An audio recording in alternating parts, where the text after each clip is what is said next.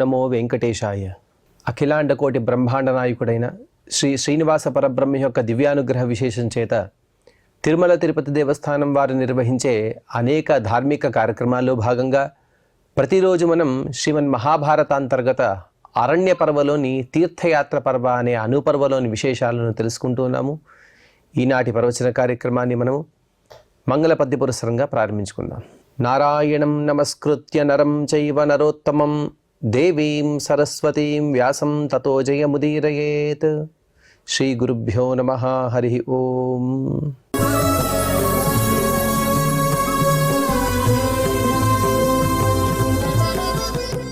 సౌగంధిక పుష్పాలను తీసుకురావడానికి భీమసేనుడు బయలుదేరి అక్కడ ఆంజనేయ స్వామి వారిని కలిసి ఆంజనేయ స్వామి ద్వారా ఎన్నో వృత్తాంతాలను అలాగే యుగధర్మాలను కూడా తన ఉపదేశంగా పొందుతూ ఉన్నాడు. ఆ పొందే సందర్భంలో కృతయుగం యొక్క ధర్మాన్ని ఆంజనేయ స్వామి వారు ఉపదేశిస్తూ తతః పరమకం బ్రహ్మ సాగతిరి యోగినాం పర ఆత్మాచ సర్వభూతానాం శుక్లో నారాయణస్తదా. అందుకోసం ఆ యుగంలో ఉండే అందరూ కూడా పరబ్రహ్మనే పొందుతారు, ఆ పరబ్రహ్మనే ఉపాసిస్తారు. యోగులకు ఆ పరబ్రహ్మయే పరమగతి. ఆ యుగంలో అందరి చేత ఉపాసింపబడే ఆ నారాయణుడు శుక్ల రూపంతో తను విరాజిల్లుతూ ఉంటాడు అనే విషయాన్ని చెప్పి, అలాగే బ్రాహ్మణాః క్షత్రియా వైశ్యాః శూద్రాశ్చ కృతలక్షణాః కృతే యుగే సమభవన్ స్వకర్మ నిరతాః ప్రజాః. ఏ వర్ణం వారైనా ఏ లింగం వారైనా అందరూ కూడా వారి వారి కర్మలను చక్కగా ఆచరించేవారు.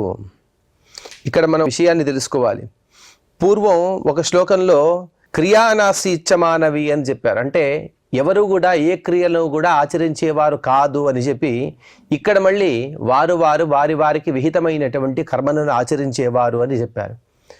ఈ రెండింటికి పొంతన ఎలా మనం చెప్పాలంటే, దీనికి సమన్వయం ఎలా చేయాలంటే, ఎవరూ కూడా పరధర్మాన్ని ఆశ్రయించేవారు కాదు. స్వధర్మే నిధనం శ్రేయః పరధర్మో భయావహ అని చెప్పిన విధంగా అన్ని వర్ణాలు కూడా పరస్పరంగా ఒకరికొకరికి సహకరించుకుంటూ ప్రపంచం యొక్క ఉన్నతికి వీరందరూ కృషి చేసేవారు. ఏ ధర్మాన్ని కూడా ఏ శాస్త్రం కూడా ఎక్కడా కూడా అది కించపరచలేదు. మనం అలా ఆలోచిస్తూ కొందరు ఎవరైతే పార్శ్వబుద్ధులు పార్శ్వంగా ఎవరైతే ఆలోచిస్తుంటారో వారి ఆలోచనలు బట్టి వారి వక్రబుద్ధి వల్ల మనకు అలా తెలిసి వస్తుంది. కానీ శాస్త్ర ప్రకారం అన్ని వర్ణాలు కూడా సమానులే. అదేవిధంగా అందరూ కూడా నిష్కామ కర్మలను ఆచరించేవారు. ఎవరు కూడా సకామ కర్మలు ఆచరించక కేవలం జ్ఞానం, భక్తి, వైరాగ్యము అలాగే మోక్షము ఇటువంటి సదభీష్టాలకు కొరకు మాత్రమే వారు కర్మలను ఆచరించేవారు. సమాశ్రమం సమాచారం సమజ్ఞాతం చ కేవలం తదాహి సమకర్మాణః వర్ణ ధర్మ నవాప్నువన్. ఇంకా ఆంజనేయ స్వామి వారు చెబుతూ అందరూ కూడా సమాశ్రములు, సమాచారులు, సమజ్ఞాతులు, సమకర్ములు ఈ విధంగా ఆచరిస్తూ ధర్మాలను వారు పొందారు. ఇక్కడ సమాశ్రమము అంటే సమమనగా పరబ్రహ్మ. ఆ పరబ్రహ్మయే ప్రధానమైనటువంటి ఆశ్రయంగా కలిగిన వారు, అనగా బ్రహ్మమే ఫలప్రాప్తికి ఆశ్రయంగా పొందినవారు. దాని ప్రాప్తి కోసం అందరూ కూడా సమాచారం, ఆ సమము అనగా పరబ్రహ్మ, ఆ పరబ్రహ్మ కొరకే అందరూ కూడా వారి ఆచారాలను అనుష్ఠానాలను చేసేవారు. అలాగే సమజ్ఞాతం, ఎటువంటి ఉపాధి లేని ఆ పరమాత్మ, ఏ ఉపాధి కొరకు ఆ పరమాత్మను ధ్యానించకుండా అందరూ కూడా ఆ పరమాత్మని పొందాలనే వారికి విహితమైనటువంటి జ్ఞానాన్ని పొందేవారు. ఇంకొక విషయాన్ని సమకర్మాణః అంటే, సమ అంటే పరబ్రహ్మ, ఆ బ్రహ్మయే కర్మము అనగా గమనము అనగా పొందబడేది. అటువంటి సముడైనటువంటి పరబ్రహ్మను పొందడానికి ఏ కర్మలైతే ఆచరించాలో అటువంటి కర్మలను ఆచరించేవారు అందరూ కూడా మోక్షేచ్ఛువులు అని అర్థం. ఆ విధంగా అందరూ కూడా సమాశ్రములు, సమాచారులు, సమజ్ఞాతులు, సమకర్ములు ఈ విధంగా అన్ని వర్ణాలు వారు కూడా ధర్మాన్ని చక్కగా ఆచరిస్తూ వారందరూ కూడా మోక్షాన్ని పొందాలని ఆకాంక్షతో ఉండేవారు కృతయుగంలో ఉండేటువంటి ప్రజలు. అలాగే ఏకదేవ సమాయుక్తాః ఏకమంత్ర విధిక్రియాః పృథగ్ధర్మా స్వేకవేదాః ధర్మమేకం అనువ్రతాః. అందరూ కూడా ఒకే దేవుణ్ణి ఉపాసన చేసేవారు. ఒకే దేవునికి సంబంధించిన మంత్రాలను, విధులను, క్రియలను వారు ఆచరించేవారు.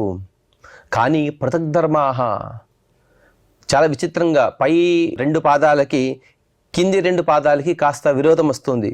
పృథగ్ధర్మా స్వేకవేదాహ ధర్మమేకమనువ్రతాహ అని చెబుతూ పృథగ్ధర్మాహ వేరే వేరే ధర్మాల వారు ఉన్నారు, కానీ ఏకవేదాహ ఒకే వేదం.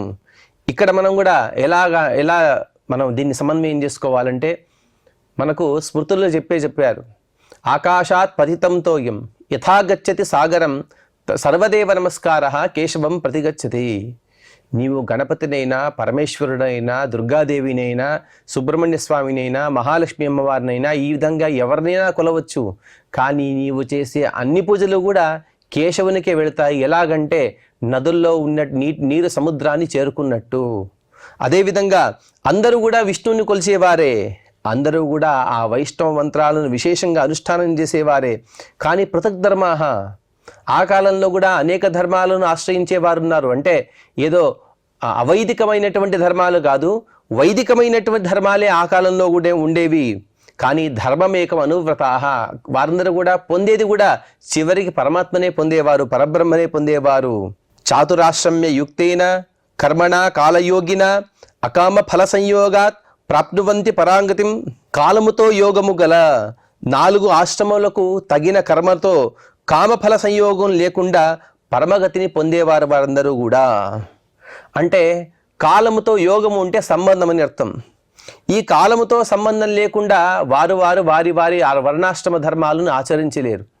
ఉదాహరణకు ప్రాతఃసంధ్యావందనం లేకపోతే ప్రాతకాలంలో ఆచరించవలసిన ధర్మాలు కొన్ని అయితే మాధ్యాహ్నికం, అలాగే సాయాన్నం, రాత్రికాలంలో ఈ విధంగా అనేక కాలాల్లో అనేక ధర్మాలను మనకు చెప్పారు.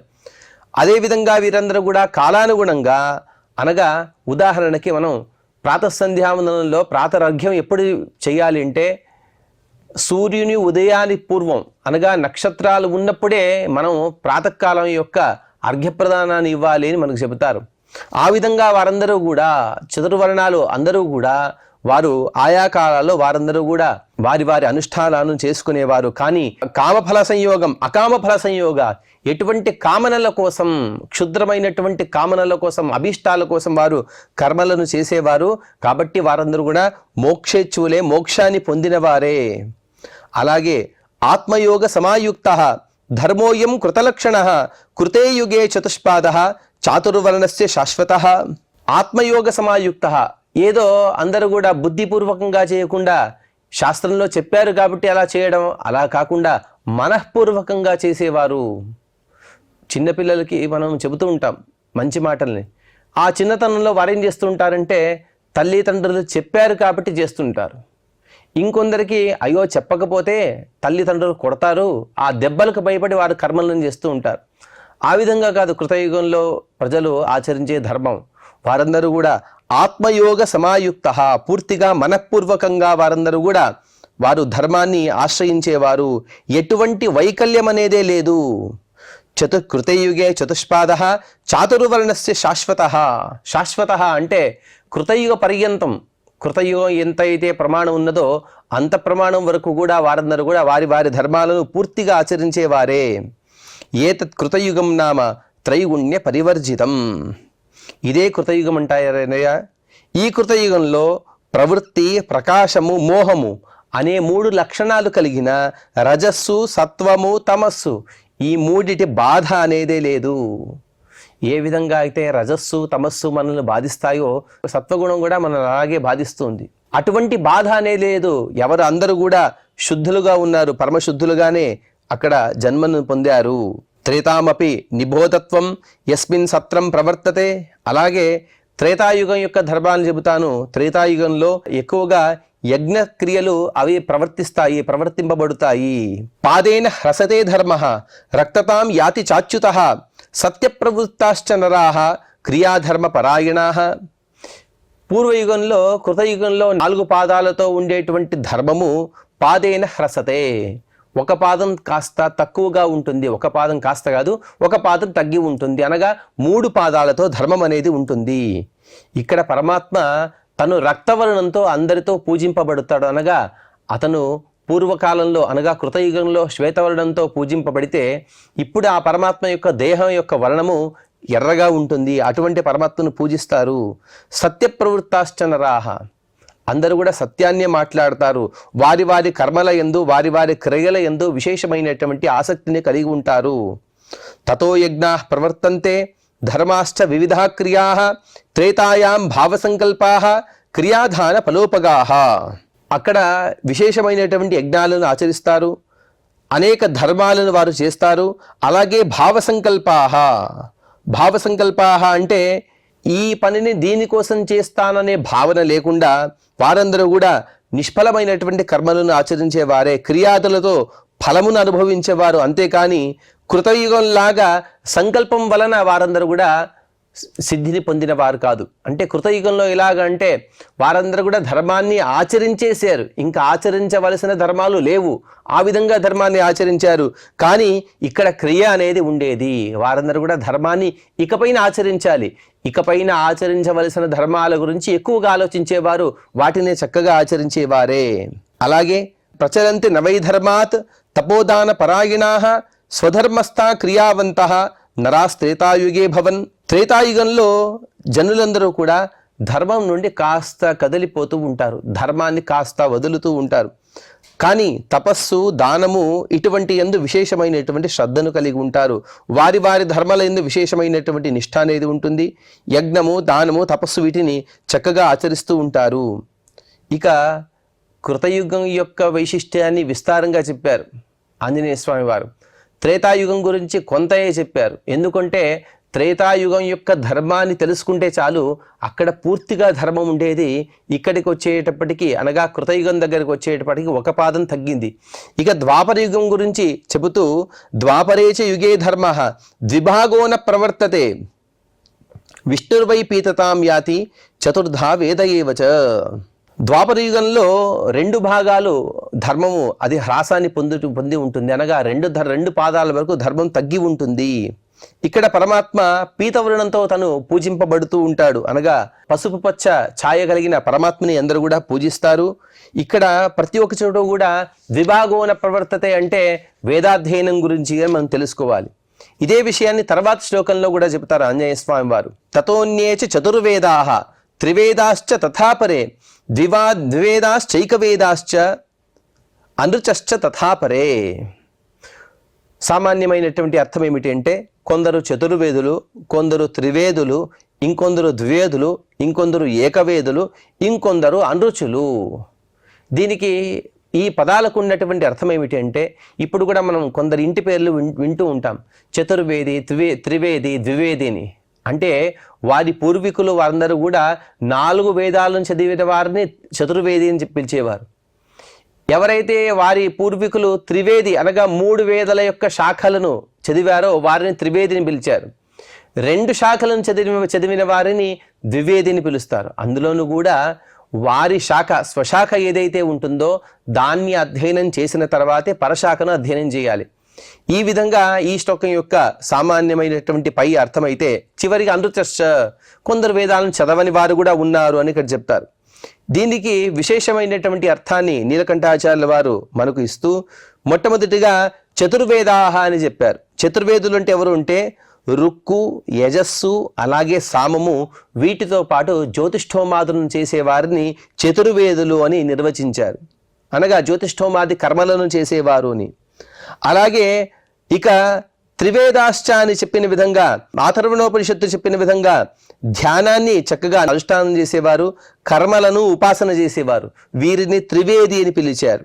ఇక ఎవరైతే కేవలం కర్మల యందు మాత్రమే శ్రద్ధ కలిగి ఉన్నవారే, వారి స్వశాఖను మాత్రమే అధ్యయనం చేశారో వారిని ద్వివేది అని పిలిచారు. ఇంకొందరు ఉన్నారు, వారు కేవలం స్వశాఖను మాత్రమే అధ్యయనం చేశారు, ఏదో కొద్దో గొప్ప అనుష్ఠానం చేసుకుంటారు, వారిని ఏకవేదాః అని పిలిచారు. ఇక అనృచాః అంటే పైన మనం అర్థం తెలుసుకున్నది ఏమంటే రుక్కులు తెలియని వారు అని మనం తెలుసుకున్నాం.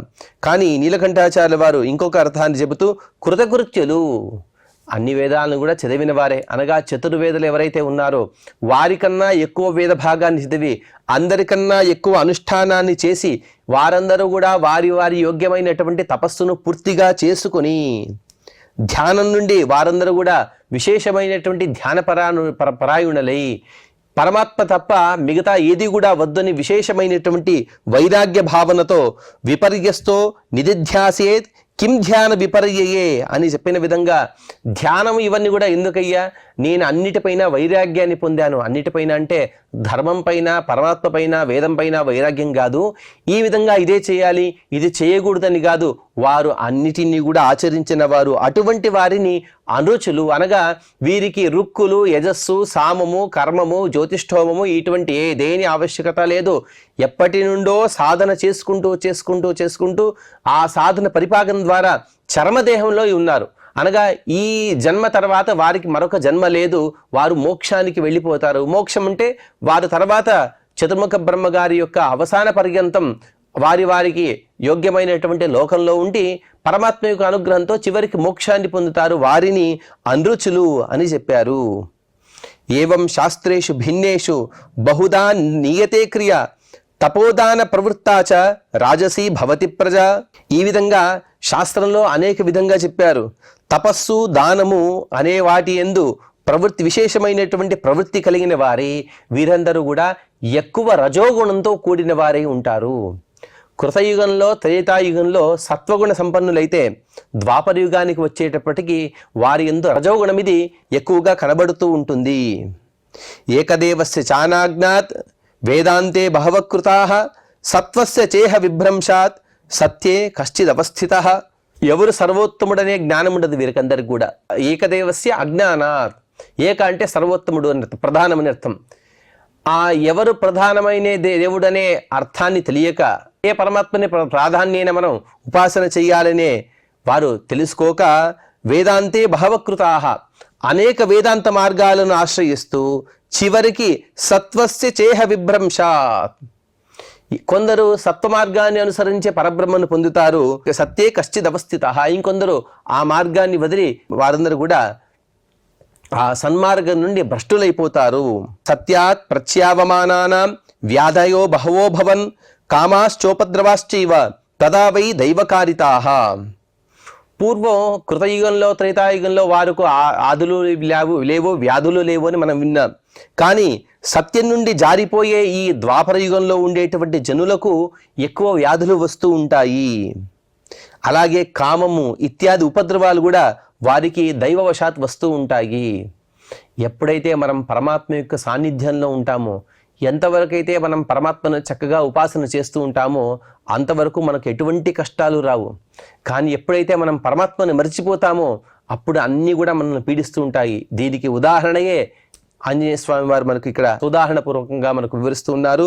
యైరద్యమానాః సువృషం తపస్తప్యంతి మానవాః కామకామాః స్వర్గకామాః యజ్ఞాన్ స్తన్వంతి చాపరే. ఇంకొందరు ఆ వ్యాధులు, కామములు ఇటువంటి ఎక్కువ ఆ కష్టాల వలన వారు బాధలు పడుతూ ఎక్కువ తపిస్తూ ఉంటారు. ఇక కొందరు స్వర్గకాములై అనగా 3 విధాలైనటువంటి ప్రభేదాలను చెబుతారు. ఎవరైతే ఉత్తములై ఉంటారో వారు మోక్షాన్ని కామిస్తూ నిష్కామ కర్మలను మాత్రమే చేస్తూ ఉంటారు. ఇంకొందరు ఉంటారు, వారు నిత్య సంసారాలను వారిని పిలుస్తారు. ఎప్పుడు కూడా అనగా మోక్షానికి వెళ్ళరు, ఇంకా కిందిదైనటువంటి నరకాలు అనగా తిరిగి రాని నరకాలు కొన్ని ఉన్నాయి. వాటినే తామిశ్రం, అంధతామిశ్రం, మహామోహం ఇత్యాది వాటి పేరుతో పిలుస్తూ ఉంటారు. ఆ లోకాలు కూడా వెళ్ళరు. వీరందరూ కూడా నిత్య సంసారులై ఉంటారు. ఆ నిత్య సంసారులు కూడా ఇప్పుడు ఉన్నారు. వీరందరూ కూడా అనగా మోక్షకాములు, నిత్య సంసారులు, అలాగే తమోయుగ్గులు, వీరందరూ కూడా అందరూ యజ్ఞాన్ని ఈ ద్వాపర యుగంలో చేస్తూ ఉంటారు. ఏవం ద్వాపర మాసాద్య ప్రయాక్షీయంతి అధర్మతః. ఆంజనేయ స్వామి వారు ఇంకా స్పష్టంగా చెబుతున్నారు. ఎప్పుడు జీవుడు తన క్షీణ దశను పొందుతాడుంటే, ఎప్పుడైతే ధర్మాన్ని తను తక్కువగా ఆచరిస్తాడో అప్పుడే తను క్షీణిస్తాడు. అదే విషయాన్ని ద్వాపరయుగం యొక్క ధర్మాన్ని చెబుతూ, అలాగే పాదేనైకేన కౌంతేయ ధర్మ కలియుగే స్థితః తామసం యుగమాసాద్య కృష్ణో భవతి కేశవః. ఇక కలియుగంలో ఒకే పాదం ధర్మం ఉంటుంది. ప్రజలందరూ కూడా తమోగుణ భూయిష్ఠులై ఉంటారు. నీలమేఘశ్యాముడైనటువంటి పరమాత్మను ఇక్కడ ప్రజలందరూ కూడా కొలుస్తారు. ఆ పరమాత్మయే ఈ యుగానికి అభిమాని దేవతగా ఉన్నాడు. వేదాచార ప్రశామ్యంతి ధర్మయజ్ఞ క్రియాస్తథా ఈతయో వ్యాధయో స్తంత్రి దోషాః క్రోధాదయస్తథా ఉపద్రవా ప్రవర్తంతే ఆధయః క్షుద్భయం తథా. వేదాచారాలు అనగా వేదంలో చెప్పబడినటువంటి ఆచారాలు అవన్నీ కూడా ప్రశామ్యంతి, అవన్నీ కూడా శమనాన్ని పొందుతాయి అనగా శాంతిస్తాయి అనగా ఎక్కువ ప్రకాశంలో ఉండవు. అంటే అవైదికమైనటువంటి ఆచారాలు ఈ కాలంలో ఎక్కువగా ఉంటాయి. ధర్మము యజ్ఞము వాటిలో అనగా ధర్మబద్ధమైనటువంటి యజ్ఞాలు కానీ క్రియలు కానీ తగ్గిపోతాయి. ఈతయః అనగా అతివృష్టి అనావృష్టి వీటితో ప్రజలందరూ కూడా అనేక ఇబ్బందులు పడుతూ ఉంటారు. వ్యాధయః అనేక వ్యాధులు కూడా వస్తూ ఉంటాయి. తంత్రి అనగా సోమరితనం, దానివల్ల కూడా ప్రజలు వెనకబడిపోతూ ఉంటారు.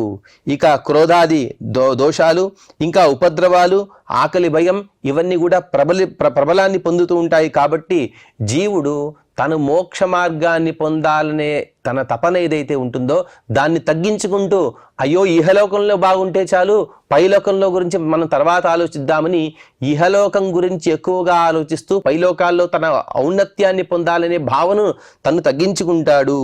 యుగేష్వా వర్తమానేషు ధర్మో వ్యావర్తతే పునః ధర్మే వ్యావర్తమానేతు లోకో వ్యావర్తతే నయః పునః.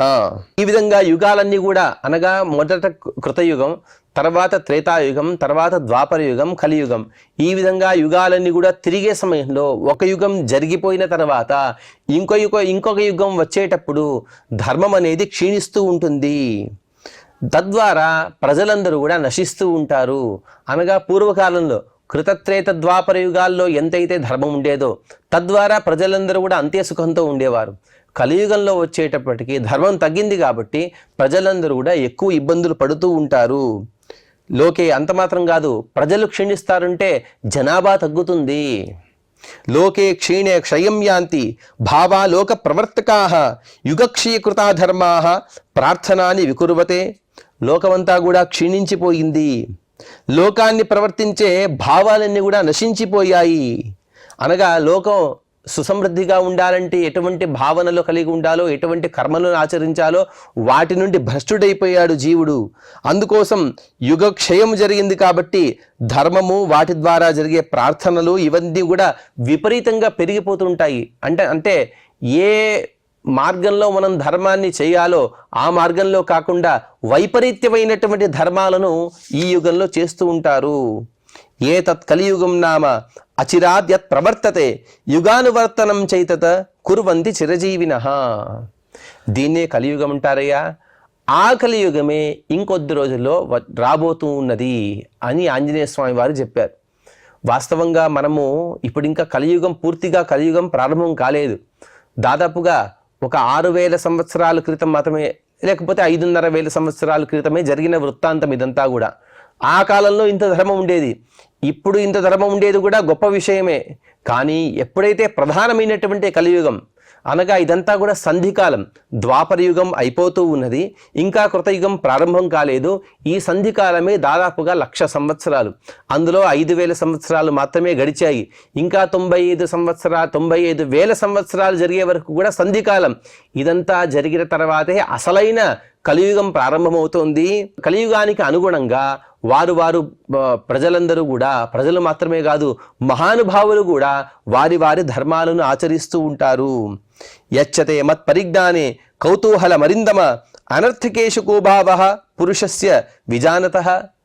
అంటే ఇదంతా కూడా ఎందుకు వచ్చింది అంటే, ఆంజనేయ స్వామి వారి భీమసేనుడు అడిగిన విషయం ఏమిటంటే, మీ విశ్వరూపాన్ని మాకు చూపించండి. విశ్వరూపం అంటే ఎప్పుడైతే లంకకు వెళ్ళే సందర్భంలో గొప్ప రూపాన్ని పొందారో ఆ రూపాన్ని నాకు చూపించమని భీమసేనుడు అడిగాడు. ఆ రూపాన్ని చూపించలేను, ఎందుకంటే ఆ యుగం గడిచిపోయింది, ఇంకొక యుగం ఇది అని ఆంజనేయ స్వామి వారు చెబుతూ, ఆ యుగంలో చూపించినటువంటి ధర్మం ఆ యుగంలో పూర్తిగా ధర్మం ఉండేది, ఈ యుగంలో అంత ధర్మం లేదు కాబట్టి ఈ యుగంలో నేను ఆ రూపాన్ని చూపించలేను. అందుకోసం అటువంటి పనికిరాని విషయాలపైన ఎందుకయ్యా పట్టుదల? నా గురించి ఎంతైతే తెలుసుకోవాలో అంత తెలుసుకున్నావు కాబట్టి ఇప్పుడు తెలుసుకుంటే నీకు దానికన్నా ఎక్కువ తెలుసుకోలేవు. ఏతత్తే సర్వమాఖ్యాతం యన్మాం త్వం పరిపృచ్ఛసి యుగ సంఖ్యా మహాబాహో స్వస్తి ప్రాప్నుహి గమ్యతాం. ఈ విధంగా యుగ ధర్మాల గురించి నేను నీకు పరిపూర్ణంగా చెప్పాను.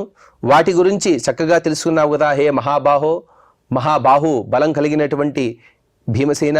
స్వస్తి, ఇక్కడికి చాలు, ఇక నీవు గమ్యతాం, నీ ఏ ఉద్దేశం కొరకు ఇక్కడికైతే వచ్చావో ఆ ఉద్దేశం కొరకు నీవు ముందుకు వెళ్ళవచ్చు అని ఆంజనేయ స్వామి వారు ఆ భీమసేనుడికి ఉపదేశిస్తూ ఇక్కడికి 149వ అధ్యాయాన్ని పూర్తి చేసుకున్న తర్వాత భీముడు తను 150 అధ్యాయంలో ప్రశ్నిస్తూ ఉన్నాడు.